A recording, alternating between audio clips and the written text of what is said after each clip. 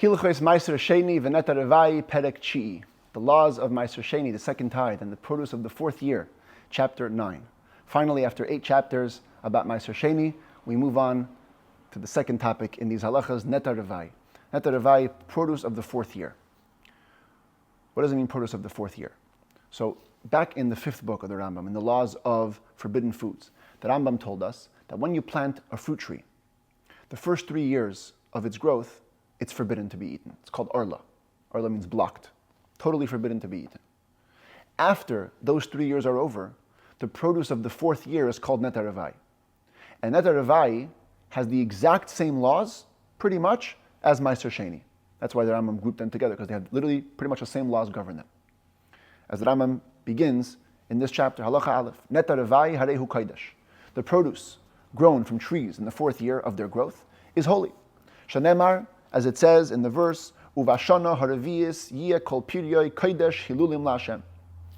In the fourth year, all of its fruit will be holy as an expression of praise to Hashem. V'dinoi, the laws governing this holy fruit is lehei ochel b'Yerushalayim liba'alav k'Maaser Sheini. It needs to be eaten in Yerushalayim by its owners, just like Maaser Sheini. Ukeshem she'ein Maaser Sheini b'Suria. The same way the laws of Maaser Sheini don't apply in Syria, in that area outside of Israel, conquered by King David, which usually is treated with a quasi-semi-Israel status. Here it's not. Kach ein Netar Rabbi b'Suria. Also, the laws of Netar Rabbi are not applicable in Syria. Uvenetar Rabbi hu eimer. You should also know, says the Rambam, that it's Netar Rabbi being discussed in the verse when the verse says V'ish es kadashav lo yihyu. A man, his holy objects will belong to him. Which holy objects are we referring to? There's no other thing in the Torah called holy that doesn't tell us who it goes to, chutz min Netar Rabbi, besides for Netar Rabbi. In other words, every other produce that's called holy, let's say truma. Truma is called kodesh, but Torah says truma goes to the kohanim. Other things are called kodesh, holy. It always says where it goes. There's one kodesh, as you see in the top of the verse, right? Yeh kol piryoi kodesh. Holiness doesn't say who it goes to.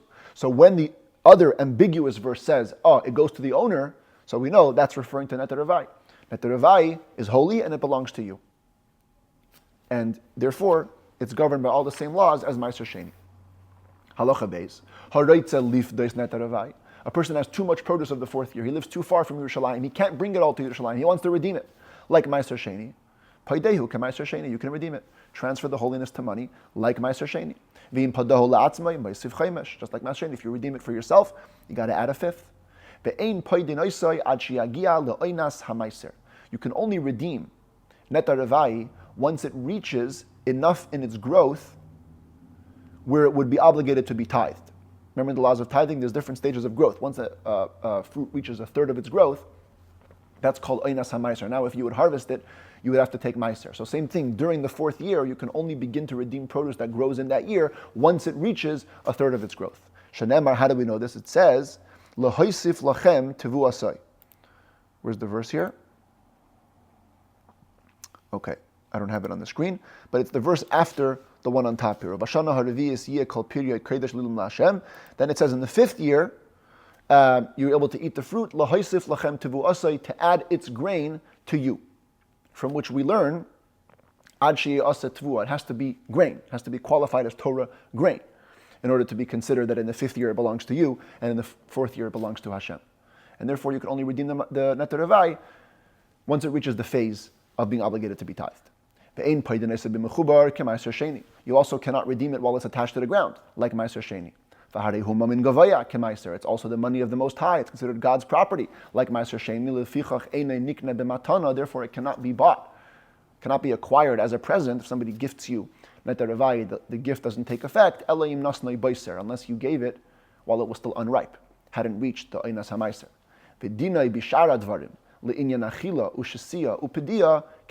Its laws in all other things with regards to how to consume it, to eat it, how to drink it, how to redeem it, it's all literally the exact same thing as Maaser Sheini. Halacha Gimel, v'hapoide kerem revai. If a person is redeeming a vineyard of Maaser Sheini. Oh, here it is. Yeah. Maaser Sheini, Netar Rabbi has all the same laws. Attached to the ground, presents, etc. Okay. Here we go. Kerem. Kerem revai means a vineyard of Netar Rabbi. You planted grapes, first 3 years it's arla, fourth year, now you have grapes. You want to redeem these grapes. Ratza peidehu anavim, ratza peidehu yayin. You can redeem it if you want as they are grapes. You can also redeem them once you transform them into wine. V'chein azesim, same thing with olives. You can choose to redeem the olives as they're olives, or you can choose to squeeze them, press them, and once they're oil, you redeem the oil. But any other fruit of the fourth year cannot be changed from its original natural growth. No making apple juice before you redeem netaravai apples. You must redeem the apples as they are. Halacha dalid kerem revai, another law that applies to a vineyard of fourth year produce. None of the gifts that usually go to the poor, forgotten grapes, corner of the field, fallen grapes that fall while you're harvesting. Oiloles is the ones that are like, they don't grow in the natural way, they don't have a proper cluster. Usually they go to the poor, not here. Netaravai, it's all holy, all goes to Hashem. You don't separate from it any gifts to the Kohen, to the Levies, same way you don't take other gifts from Maaser Sheini. It's holy, bring it to Jerusalem, eat it. Netaravai, same thing, it's holy. It's all going up to Jerusalem, or you redeem it and you bring the money and eat the money in Yerushalayim, k'maiser. In all ways, it's like Maaser Sheini. Halacha hey anovim shal kerem revai, vineyard, grapes of the fourth year. Hiskinu based in the court made an enactment shayu oilin Yerushalayim mahalach yoim l'chol tzad, that if you live 1 day walk distance from Yerushalayim, you don't have the option of redeeming those grapes.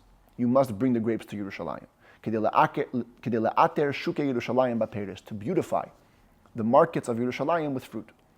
We want there should be a lot of fruit in the market, grapes specifically. So if you're in a 1 day radius, you got to go to Jerusalem with the grapes. Once the temple was destroyed, you can redeem even the grapes, even if you live right near the wall of Jerusalem, no problem. Any other fruit, even during temple times, nifdin samach lachaima, they would be redeemed even right near the wall. You didn't have to bring it to Jerusalem, only grapes. Halacha vav, ketzad poidin netaravai. How do you go about redeeming netaravai? What's the process for redeeming the fruit of the fourth year? Maniach es hasal al pishleisha. You put down a basket full of fruit, and you have it appraised by 3 people. What are they appraising? They have to estimate kama adam reitze lifdos loy besela. How much would a person take for a sela? You have a sela coin, a silver coin. How many grapes would you buy? Al menas sheyoitzi yitzios hashemrim v'hachamarim v'hapayalim mi beisai. With the condition that you also have to pay for the guards and the donkey drivers and the workers from your own pocket. How many grapes would you want to get for 1 sela if you knew you also had to cover much of the other expenses in producing the grapes? That's how it works. Once they decide the price, in this rate you would buy 3 clusters for a sela. So you put down your money that you want to transfer, and you say,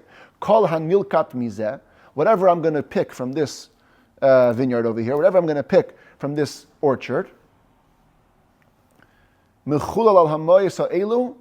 going to be transferred to this money, mishar kach v'kach salim b'sela, at the rate of X amount of baskets for a sela, which we just established. That's the way you go. Ubashvius paideu b'shavya. In Shemitah year, you redeem the money for its worth. You redeem the produce for its worth. She'ein sham loy shemrim v'loy payalim, because there's no expenses of guards and workers. It's all ownerless. V'im haya hefker. Same thing if it was an ownerless field to begin with. Ein le'ala schar lekita bilvad. You only have to deduct the wages for picking the fruit. That's all you have to include in the price. Other than that, you're basically redeeming the netaravai fruit for its worth. Halacha zayin misha haya lenetaravai b'shnas hashmita. If somebody had a fruit orchard and it came out that the 4th year of his growth was also a Shemitah year. So now, sheyad hakol shava, everybody's hand is equal. People are going to go into your field and just grab it, but it's holy fruit. It's 4th year. You must mark it with mounds of earth. You put these mounds of earth around the trees or around the vines, so people should recognize it and not eat from it till they redeem it, because it's holy fruit. If it was during the Arla years, the first 3 years, that's when Shemitah came out. You have to mark it not with mounds of earth, but with actual heavy pottery shards. So everyone should stay away from it. That's like a next level sign. If all you put is mounds of earth can crumble and fall away. Shards are not going anywhere. She'isur arla chamurhu, she'asura bahana. Arla is much stricter than netar revai. It's even forbidden to have any benefit from it. It's like milk and meat. It's so strict. The hatznuin, modest people, they were so generous. They used to put aside extra money during the Shemitah year, and they would say, whatever people pick from my field that's fourth year produce, I'm taking the responsibility. It's going to be transferred to this money. You can't say it in advance because you can't redeem netar revai fruit while it's attached to the ground, as we explained. But you can say, here's the money. Going forward, whenever somebody picks an apple, boom, the holiness is going to be transferred to my money, and this way you take care of their problems without them even knowing it. That's why it's called modest, because you're acting in a modest way. Okay, now, like when it came to Maaser Sheini, we had to spend some time to define years. Here also we have to define years. How long is a year? When do you go into your fourth year? What's fourth year produce? So the Rambam says, Be'echad b'tishrei reish hashana la'arla v'lirevai.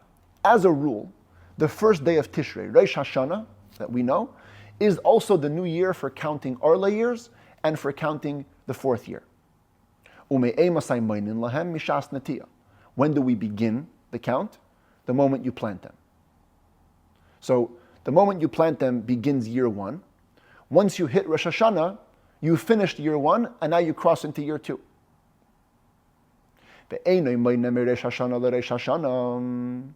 Even there, when it comes to the first year, you don't have to count from Rosh Hashanah to Rosh Hashanah.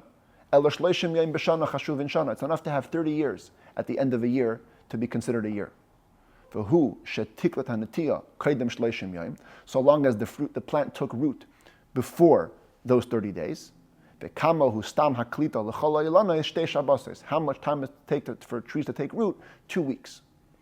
A bit of a convoluted halacha.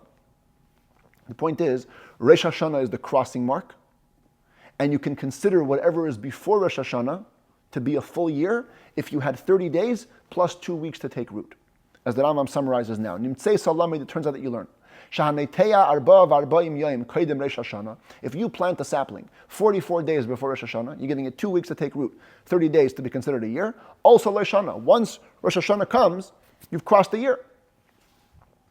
The Afal PK, nevertheless, on the other end, at the end of the count of the 4 years, ein peres hanetiya hazos mutares ba'arla. The fruits from this sapling will not be permitted out of the state of being arla. Ela b'revius ad chamisha asar b'shvat shehu Rosh Hashanah leilanis. Only in the fourth year, at the 15th of Shvat, which is the new year for trees. In other words, if you relied on the workaround in the beginning, catching in a year in 44 days, so that does 1 year. Then you have a full second year, a full third year. And at the end of that full third year, you can't say, 3 years are over. You have to wait till Tu B'Shvat, and that's when 3 years are over, as the Rambam will immediately demonstrate. Ketzad, what does this look like? So we're going to use these lines to understand what the Rambam is saying. Haneteya ilon maichal b'chamisha asar ba'av mishana asiris b'yevel. A person plants a fruit tree on the 15th of Av, in the 10th year of the Yovel cycle. Okay, we'll just call that year one. So you have a full year one passes. Here is Tu B'Av, 15th of Av, 44 days before Rosh Hashanah. Harehu b'seich shnei arla ad chamisha asar b'shvat mishna shleishesrei. It's going to stay arla until the 15th of Shvat of year 13, which would be year 4, right? Because you see here, this is 1 year, it's enough, there's 44 days. This is year 2, this is year 3. However, you don't begin year 4 right away. You got to wait till Tu B'Shvat. It's still red, it's still arla, and here it will become netar revai. And then the chol masha yotzia ilan b'seich zman zeh harehu arla. Whatever the fruit produces during this red time will be considered arla. Afal pisha nigmeru la'achar kama yamim, even though it only ripens days after that date. But as long as it grew in that time, boom, it's arla. Umechamisha asar b'shvat mishnas shleishesrei b'yovel. Ad chamisha asar b'shvat mishnas arba esrei, from day 15 of that year till the 15th of Shvat the next year, hu netar revai. So this is all one big netar revai. That should be yellow. Whoops, it's a mistake there. It's yellow and yellow all here until the 15th of Shvat. So in other words, it's a full year of netar revai. V'chol masha yetzi b'seich zman zeh harehu revai v'tzarich pidyon. Whatever will be produced in that time will be netar revai and will have to be redeemed. V'im nisabra hashana, if the year becomes a leap year, nisabra la'arla l'revai. Arla or revai takes possession of that leap year, of that extra month. And it's also included in whatever time it is. It's either red or yellow. Halacha Yud Aleph, let's go back to the original case. Nitoi b'shisha asar ba'av mishnas eser. Look here, the date changed. It's the 16th of Av. It's less than 44 days away from Rosh Hashanah. So now you lose these days. They don't count towards the count. Lo also lo shnas eser. Anything in year 10 didn't count for him. Now we're going to count 3 full years. Boom, boom, boom, for Arla years. And because you didn't use the workaround on the front end, you don't have to have any extra time on the back end. It's going to be the whole next year, the year 14 or year 5 in our diagram, fully neta revai from the beginning to the end. Halacha Yud Beis, Nota Hanetia Miresh Chodesh Tishrei Ad Chamisha Asar Bishvat. What if you planted the plant any time in the beginning of the year, before Tu Bishvat? Any time from Tu Bishvat till Chamisha Asar Ba'av counts towards full year, as we just explained. What if you planted in the first half? What if you planted in the first half of the year? From the new year till Tu Bishvat, the new year for trees. You simply count day to day. Year 1 ends over here, year 2 ends over here, year 3 ends over here, 3 full years, then year 4 ends over there. And the rest should be green. It's a mistake there again, should be green. Once you did a full year of yellow, you're good. It says the Rambam, it doesn't usually do this, but he comments over here, I've seen the Go'ainim, the masters before my time. They have written things about how to calculate Arla and Revai, 3rd year, 4th year. It's not even fitting for me to lengthen, take my time, and to answer their claims. It's definitely a mistake of the scribes. We've already explained the truth, how it works. There's basically 3 options. If you plant anywhere from Rosh Hashanah till Tu B'Shvat, it's count 3 years and 4 years, day to day. If you plant from Tu B'Shvat till Chamisha Asar Ba'av, till anywhere up to 44 days before Rosh Hashanah, that year counts as year 1. Then you have 2 more years, plus the next year till Tu B'Shvat, and then you count Tu B'Shvat to Tu B'Shvat as the 4th year. If you planted after Chamisha Asar Ba'av till Rosh Hashanah, you just have 3 full years straight, and then you have a full year of Neter Revai, and that's it. Halacha Yud Gimel, He'olin, leaves of trees or vines. B'halulavim, and the shoots, the young shoots, umei gefanim, and the sap that comes out of them. B'hasmadar, and unripe grapes. Mutarin ba'arla v'revai, they're permitted. They're not bound by the arla or the revai restrictions. V'hanavim shesrafam hakadim v'hifsidan, grapes that were burned, in other words, that were ruined by the eastern wind. V'hachartzanim, and seeds of grapes. V'hazagim, and peels of grapes. V'hatemet shalahen, and wine dregs that's mixed with water. Uklipei rimayin v'haneitz shalai, and the rind of a pomegranate, the inside white stuff, and its nates is like its crown, that part of the top of the pomegranate over there. Uklipei agoizim v'hagarinim, and shells of walnuts and pits, big pits of fruit. Asurin ba'arla, they're forbidden during the 3 years of arla. Umutarin b'revaya, but they're permitted during the 4th year, that they don't become holy. The hanoivleis, fruit that falls from trees. Kulan asures, they're all forbidden. They're considered regular fruit. If it's the 3rd year, bound by the 3rd year laws. If it's the 4th year, it's bound by the 4th year laws.